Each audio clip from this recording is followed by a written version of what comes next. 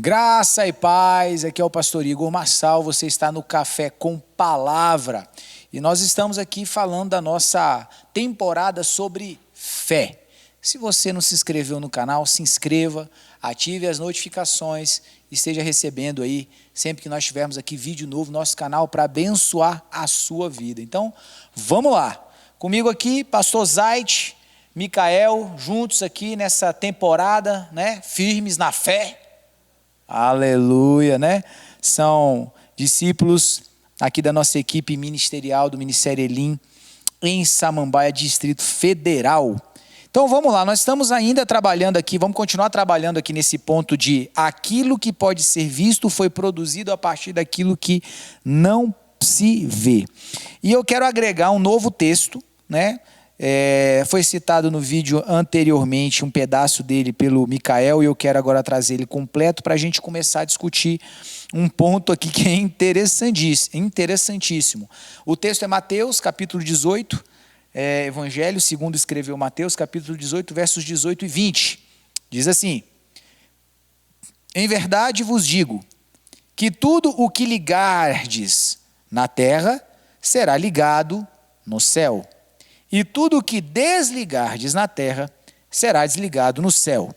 Também vos digo que se dois de vós concordarem na terra acerca de qualquer coisa que pedirem, isso lhe será feito por meu Pai que está nos céus. Porque onde estiverem dois ou três reunidos em meu nome, aí estou eu no meio deles. Aqui tem muita coisa para falar, né? Muita coisa legal. Bom, deixa eu começar aqui. Aqui temos um bom exemplo dessa ligação entre o mundo natural e o mundo espiritual e sua conexão. Aqui é rasgado uma conexão sendo mostrada, né? Há uma chave aqui apontada, uma chave de ligação, que faz com que realidades do céu se reproduzam seu efeito na terra. Tá? É importante dizer, esse ponto aqui é importante, que essas reproduções de realidades do céu na terra vão sofrer suas adaptações, seus ajustes. O céu ele é puro, é santo, é a habitação de Deus, é composto por uma matéria diferente. Tá? Um exemplo do que eu estou falando aqui. No Velho Testamento, lá, só existia uma dimensão, um entendimento sobre o processo da adoração, do serviço a Deus, que era o tabernáculo. Átrio, santo, santo dos santos, né? Onde estava a arca, só entrava o sumo sacerdote uma vez no ano e tinha que ter sangue, tinha que ter sacrifício. Era essa a realidade ali. Era um discernimento profético também, tá? E era o que eles adotavam. Mas aí então Davi assume o trono e manda buscar a arca lá na casa do Abinadab. Só que Davi não leva a arca para o tabernáculo estava lá ainda. Né? Ele estava no monte lá, estava lá, podia ter sido levado para lá. E Davi podia ter levado a arca para lá. Era o que todo mundo esperava, era o que naturalmente se esperava, levar a arca para o lugar dela. Mas Davi não fez isso. O que Davi fez? Davi ele replicou um modelo que ele viu, que ele foi conduzido a discernir no Espírito. Não é?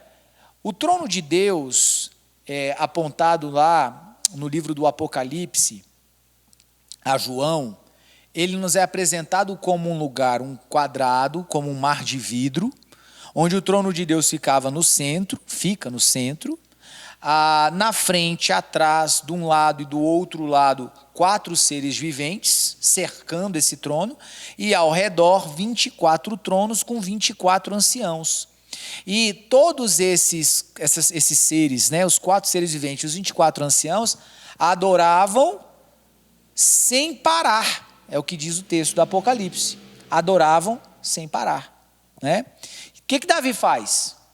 Davi ele faz uma tenda, coloca a arca no meio. O que é a arca na velha aliança? O que representava? Né? A presença manifesta de Deus.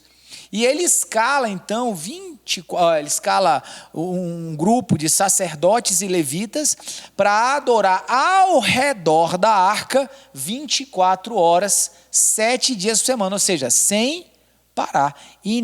Como é que é? Isso daí. Então, você percebe que Davi ele copiou o modelo, mas teve ajustes, teve, né, uma situação, que essa absorção na terra ela vai ter. Então é importante entender isso daí, tá? Bem importante esse entendimento acerca dessa composição. Bom, dito isso, vamos entender que eu vou trazer 2 pontos aqui para a gente poder começar a bater o papo para me ouvir vocês aí. Bom, primeiro ponto aqui. Por que algumas coisas não são ligadas ou desligadas? Eu queria ouvir vocês primeiro. Então, nós temos aqui, né, esse processo de vai ser ligado, vai ser desligado, né? Então, por que algumas coisas não são ligadas ou não são desligadas? Vamos começar aí com... Da outra, quem começou? Foi o Micael ou foi o pastor Zaide? Vai agora? Vai lá, pastor Zaide, então. Diga aí, pastor Zaide, por que o interruptor não funciona às vezes? É porque esse interruptor está dentro de uma casa, né? É verdade. A casa tem dono. É Então, parte disso, Deus é quem está governando, é quem está com sua sabedoria coordenando todas as coisas no universo. Nós temos que aprender como se movimentar dentro da sua vontade. Então, quando ele diz isso aqui, a gente tem que entender o que ele quer ligar e o que ele quer desligar. Não é o que a gente, né, a nossa intenção deseja, não. Né, porque seria muito fácil. Né? Então, até se pegar o versículo aqui, eu vou unir mais 2, 3 aqui, pronto, a gente concorda e batata. Deus é obrigado a fazer. Obrigado a fazer. Né? Mas é segundo o que ele quer que a gente vai se reunir, né, para operar esse ligar e esse desligar aqui na Terra. Muito bom. Micael. Assim, o texto diz no final, porque onde estiver 2 ou 3 reunidos em meu nome, né? Então, isso me remete à oração do Pai Nosso. A oração do Pai Nosso, ela não é assim: Pai Nosso que estás no céu, santificado seja o teu nome, assim no céu como na terra. Não, assim na terra como no céu, né? Por quê? Porque a referência, na verdade, um exemplo claro, Jesus disse assim: ficar em Jerusalém até que do alto seja revestido, né? Então, existe uma hierarquia, a gente pode colocar assim, né? Uma hierarquia de prioridade. A prioridade é o plano eterno de Deus para a humanidade. Essa é a prioridade para o mundo, para a minha vida, para a sua vida, para a igreja. A prioridade não é o que a igreja espera, ou a expectativa que ela tem. Essa nunca foi a prioridade. Por isso que muitas pessoas se escandalizam quando ela vê o tanto de derramamento de sangue no Antigo Testamento. Porque eles olham e falam: o Deus do Antigo Testamento era um Deus mau, um Deus sanguinário, né, um Deus cruel. E eles acabam tendo uma aversão a esse Deus. E uns aderem a Jesus Cristo, separando. Jesus Cristo é um Deus bom, amoroso, não pegou em arma e tal. Mas o Deus do Antigo Testamento, não. Porque a perspectiva, quando você for pensar em tudo que é eterno, tudo que é dos céus, você vai sempre assemelhar aquilo que é da terra. Porque é natural. Se eu perguntar para você, me diga algo grande, grandioso, você vai usar um exemplo da terra, porque você mora aqui. O grande é o céu, é grande. Eu estou olhando o céu, o profundo é o mar é profundo. A sua mente ela vai estar sempre limitada à sua pequenez humanidade, a sua pequena capacidade de como é que eu posso dizer? De associação, de analogias, né, de criatividade. O senhor falou a respeito de Davi. Davi, ele pegou um exemplo do céu, porque ele entendeu que aquele é um exemplo de prioridade. Então, se tratando de hierarquia, o céu tem prioridade em relação à terra. Então, se a terra quer executar alguma coisa, ela precisa perguntar ao céu se aquilo que ela quer fazer é algo que já está concordado lá em cima. Então, se eu conecto ao céu com essa afirmação, com essa submissão, com certeza o que for ligado aqui será ligado lá. Com certeza isso vai se cumprir. Porque foi o que Jesus disse: ficai até que do alto seja revestido. Então, existia uma expectativa do povo ali, mas eles não iam fazer o que eles quisessem. Lá antes, um pouco, Jesus tinha dito: a ordem é o ide a todas as nações, aqui, ali e além. Né? Samaria, Jerusalém, os confins da terra. Tinha um propósito. Então, vocês fiquem reunidos, porque existe um propósito para isso. E depois eu vou cumprir esse propósito. Eu desço com o meu espírito, e todos foram cheios. Né? Por quê? Porque houve uma antecipação. Na verdade, o que Jesus deu foi um spoiler. Né? No céu já tinha uma confirmação sobre isso. Ele falou: ó, eu vou subir, mas já está acordado lá em cima, o Espírito vai descer, todos vão ser cheios do Espírito, vão falar em línguas e tudo mais. Então, eu entendo que é necessário haver uma submissão à vontade de Deus. Ponto. Está submisso à vontade de Deus? Pode ligar, que vai ser ligado no céu. Se não estiver submisso, você liga e o negócio não acende. Não vai funcionar. Não funciona. É verdade, né? Por isso que o texto diz: aquilo que pode ser visto foi produzido a partir daquilo que não se vê. Olha como é que é simples, né? E verdadeiro. Como a gente percebeu, a resposta aqui é relativamente simples, né?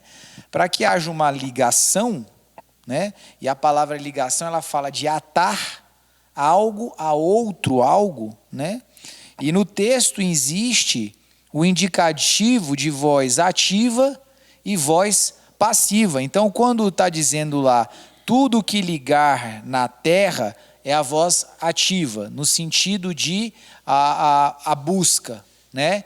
Mas encontra alguém ou algo para que haja a resposta, que é: na terra será ligado no céu. Então, se eu mando a diretiva para lá, mas não tem nada para que aquilo possa atar, se ligar lá, volta vazio. É como eu mandar um e-mail para o endereço que não existe. O que vai acontecer com aquele e-mail? Ele vai voltar para a minha própria caixa com a mensagenzinha lá. Não é? Não foi possível entregar o seu e-mail, porque não existe aquele endereço que você mandou. Então, o que acontece aqui?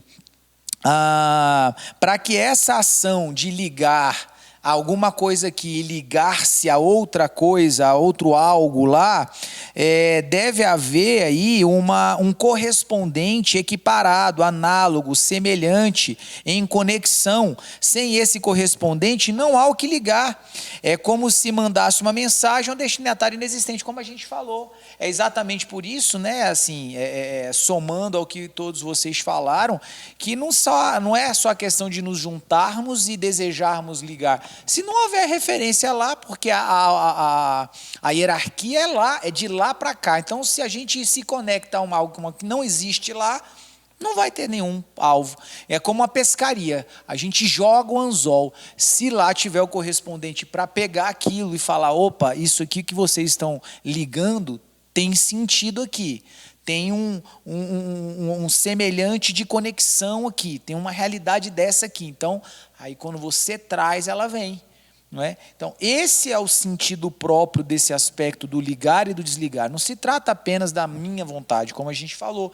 Eu preciso discernir se há um correspondente lá. Existe uma vontade correspondente de Deus lá. Então, primeiro eu descubro a vontade de Deus, depois eu lanço a palavra para que aquilo se conecte. Então, eu ligo ou desligo, se aquilo não é uma vontade de Deus, se aquilo não é desejo de Deus. Então, esse é o discernimento apurado que deve ser imposto aqui. O segundo ponto que eu quero colocar conosco aqui é o seguinte: por que alguns pedidos não são atendidos, mesmo que de alguma maneira estejamos pedindo e concordando com 2 ou 3 ou mais pessoas, né?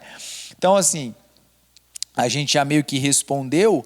Eu só queria acrescentar aqui, eu lembro que eu falei alguns vídeos atrás, né, eu acho que foi no primeiro, se eu não me engano, nós falamos sobre a definição da palavra fato, não é? Foi no segundo vídeo da nossa temporada aqui. E eu falei que a tradução da palavra fato era pragma. Então, quando o texto diz aqui, ó, também vos digo, se de dois de vós concordarem na terra acerca de qualquer coisa, esse coisa não ficou bem traduzido, né? Porque concordar acerca de qualquer coisa é meio, né? Qualquer coisa. Qualquer coisa. Qualquer besteira, qualquer coisa. Só que coisa não ficou bom, porque a palavra coisa é pragma. E pragma é aquilo que já falamos, aquilo que foi feito, ou está se concluindo, já iniciou e está em progresso. Espera aí, então não é qualquer coisa. É um fato, é algo que já aconteceu, é algo que já está definido, é algo que já está pronto. Então não é qualquer coisa, é aquilo que Deus falou lá. Então se 2 ou 3 concordarem sobre aquilo que ele já falou, e como é que é esse concordar? É através da revelação da palavra. Ó, li a palavra de Deus e está dizendo aqui que tem essa promessa para nós. Você entende isso aí? É verdade, está escrito, tem isso mesmo. E você? É verdade. Opa, então peraí, vamos juntar aqui e vamos orar por isso. Se nós juntos aqui, né, em unidade, então não é uma interpretação pessoal, porque você também teve. Então nós estamos vendo algo na Escritura, discernindo juntos e percebendo que aquilo é real. Então nós vamos concordar sobre isso. E assim sendo, de fato, nós vamos alcançar, né, esse algo, porque vai ter o correspondente lá. Então só deixar isso aqui claro. E nosso último ponto que eu quero ouvir vocês aqui, esse é legal. Fé versus confissão positiva. E aí? O que é confissão positiva? Definição. A confissão positiva aqui, de acordo com a confissão positiva, a pessoa confessa que tem aquilo que quer ter, né? Eu tenho aquilo que eu quero ter. Vou voltar para a Hilux. Não, eu vou confessar que eu tenho esse carro. E eu vou confessar aquilo tantas vezes que aquilo vai acontecer. Os defensores da confissão positiva ensinam que nossas palavras têm poder espiritual. Será que é a nossa palavra que tem poder espiritual ou é a Bíblia que tem poder espiritual? E quando eu replico o que a Bíblia diz, aí vale. E aquilo que dizemos afeta o que nos acontece e determina a ação de Deus. Então a minha palavra tem poder espiritual e o que eu falo determina a ação de Deus. E aí? O que vocês podem falar? Fé e confissão positiva. Tem alguma realidade? Eu acho que sim. É bem complicado, né? Você afirmar que o meu positivismo, ele vai associar à vontade de Deus.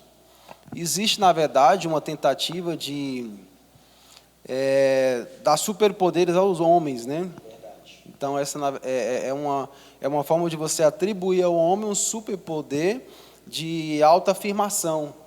Não que isso não possa acontecer, de você pensar positivo, as coisas acontecerem, mas você não vai atribuir isso a que Deus você pensou, quis e Deus fez. Ser otimismo é uma coisa, né? Agora você ter poderes espirituais é diferente, entendeu? Porque assim é como se prega muito isso hoje até como meio de fé, mas não é uma fé, né? Não é uma fé, porque primeiro nós já exaurimos aqui a respeito de que a fé é isso que já ocorreu, né, no centro da vontade de Deus e vai ser executado, mas que testificado na palavra, baseado na palavra e que glorifica Deus, regozija a mim, mas que não é um atributo no qual eu vou dizer que eu creio, vai ter que acontecer, porque senão Deus vai ser um mero lacaio meu, né? Vai ter que se submeter à minha vontade, ao meu querer. E negativo, é eu que me submeto à vontade dele e aceito o que ele manda para mim, como servo fiel. Então, não é eu pensar positivo que vai acontecer, não, é eu pensar positivo conforme a palavra. Se a palavra me orienta a pensar, como o Romanos fala, renovai o vosso entendimento, né? Pela renovação do teu entendimento, né? Esqueci mais ou menos o texto, mas transformai, né, a sua mente pela renovação Da vossa mente, né? Então, assim, é ser transformado pela palavra. Não é você querer transformar a palavra e falar, vai acontecer, né? Pastor Zait, e aí, Pastor Zait? Fé versus confissão positiva. Eu vejo que a fé também está muito ligada à questão do poder, né? A autoridade. E todo o poder, ele emana de Deus. E Não é do povo, não? Não, O pessoal não diz que é do povo. Que... não. Porque Deus é o que estabeleceu, né, esse plano chamado terra e todas as outras coisas. Então, ele delega para a gente o seu poder. E acontece ainda que Jesus ele recebeu todo esse poder, né, no céu e na terra. Mateus 28:18 diz que ele recebeu do Pai todo o poder no céu e na terra. Né? E aí ele delega para a gente, portanto, ide, pregai. Né? Então, nós temos que saber que nós temos este poder, mas ele é delegado. Sim. Não é uma questão de eu vou fazer o que eu quero agora, se eu falar vai acontecer, porque não, está ligado à vontade maior de Deus nas nossas vidas. Né? Então, não é que Deus ele quer limitar a nossa vida ou digamos assim, predeterminá-la. Não é determinismo, Sim. nem predestinação, né? Onde a nossa vida já está toda arriscada aqui e não tem como modificar. Não é isso. A fé nos leva mais para a liberdade do que para a restrição. Eu vejo isso pegando o Gênesis, né? Quando Deus ele criou o Jardim do Éden, colocou o homem ali, ele deu mais liberdade do que restrição. Ele falou para o homem, olha, de todas as árvores do jardim você pode comer. Aí dá uma restrição, menos da árvore do conhecimento do bem e do mal. Foi a única restrição que ele deu. O diabo inverte, né? Ele foca na restrição e ele some com todos os benefícios que Deus tinha dado para o homem e a mulher vivenciarem. E a fé, ela traz muito mais liberdade e benefícios do que restrições para a nossa vida. Quando a gente consegue compreender o propósito que Deus traz através de uma ordem delegada para nós. Né? Então, a gente tem que se conectar com aquilo que Ele deseja para a gente saber como usar o que Ele nos tem dado e termos o maior benefício possível aqui. Sim. Tanto é que, por exemplo, se a gente vai orar por uma pessoa enferma, o que a gente vai orar? Eita, qual é a vontade de Deus agora? Que a pessoa está enferma, ela morra ou ela fica viva? Né? Nós sempre vamos orar para que viva. Sim. Né? Deus, no seu desejo maior, é sempre pela vida. Né? Sempre para que a pessoa viva, se arrependa, se converta. Então, se eu entendo essa vontade, eu vou dar prioridade para orar para que a pessoa seja curada. Né? Mas se Deus não quiser, aí é porque ele tem um outro propósito. Mas nós sabemos que o propósito primordial de Deus é vida. Né? Ele diz, escolhei, aqui está posta a bênção e a maldição. Ele diz, escolhe, pois, a bênção para você viver. Né? Então, a gente tem que conhecer esses padrões. Né? Existem sempre padrões onde Deus ele movimenta a sua vontade aqui na Terra. E a gente tem que conhecê-los para poder, então, se conectar nessa fé, né, bem consciente, bem racional mesmo. Claro. Né? Até porque a palavra nos diz lá em Hebreus, Romanos capítulo 12, que a gente deve apresentar um culto racional. Sim. Né? E eu acho que vai muito nessa linha. Né? A fé, se a gente vai apresentar culto, é através da nossa fé. Que a gente se conecta com Deus. Então tem que buscar entender quais são os padrões existem padrões que ele se movimenta, né? E a gente tem que entender como tudo na Terra existem padrões de movimento que vão nos dando dicas do que vai acontecer. E assim, o grande problema, né, desse tipo de perspectiva é exatamente o que o pastor Zayt está falando, e eu quero só reiterar para ficar bem claro, que é que nesse tipo de proposta, e assim, confissão positiva é uma derivação da teologia da prosperidade, é uma ramificação cuja a gente já desmascarou em outros momentos e estudos, que se trata de humanismo revestido de teologia. Então, o grande problema desse tipo de mentalidade é que isso nunca vai nos apontar para um lugar que não seja o lugar de conforto, de realização natural, egóica do homem. Nunca vai nos colocar, nos apontar para um lugar de algum tipo de desconforto, algum lugar de algum tipo de restrição, que aquela restrição e aquela situação, de alguma maneira, coopere com um propósito. Nós vimos o texto de Pedro, onde disse que a nossa fé tem que ser provada. E esses aspectos. Por exemplo, eu vou dar um exemplo que é um exemplo clássico de entender o propósito de Deus, que muitas vezes esse propósito vai nos colocar em uma condição de escassez, de limitação. Não é sempre.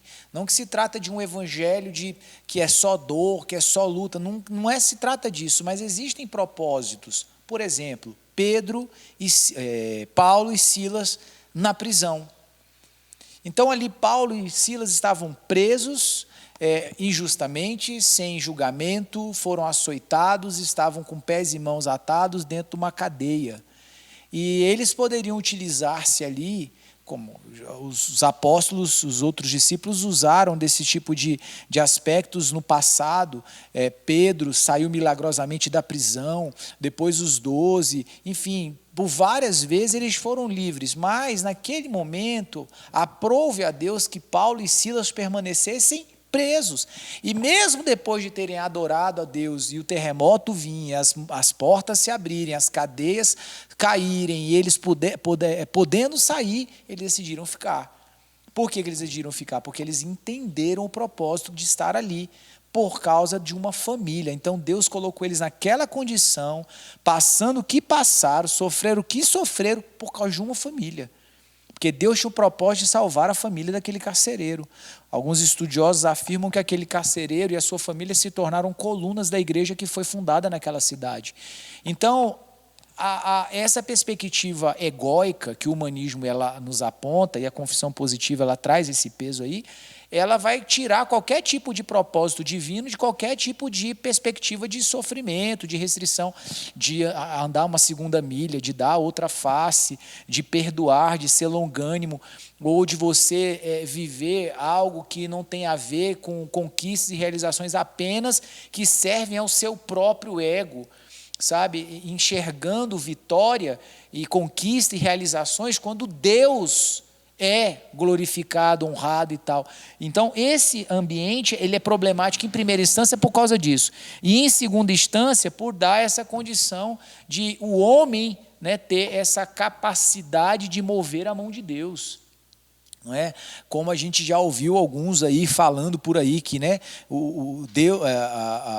Deus escreve, o homem apaga, essas bobajaiadas por aí, como se eu tivesse qualquer condição de mudar o que Deus já decidiu fazer, né? Ah, pastor, mas lá com Moisés, Deus queria matar todo mundo e tal, e Moisés interviu e Deus não matou. Quem falou que não matou?